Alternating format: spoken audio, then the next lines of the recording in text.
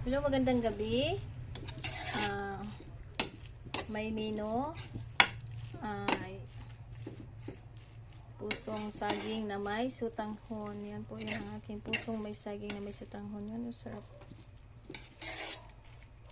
Yan po. Sahog ko po ay baboy.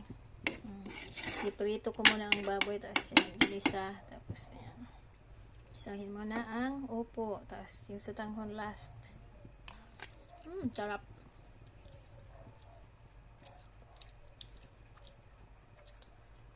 Pusong saging na may sutanghon. Ayan po.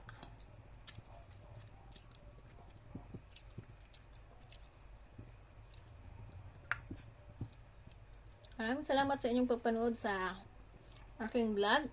Yung Ganisan Mami B. Ang aking ulam ay sutanghon with puso. Yan, puso ng saging with sutanghon. So, baliktad pala. So, ayan. Maraming salamat sa inyong lahat, guys.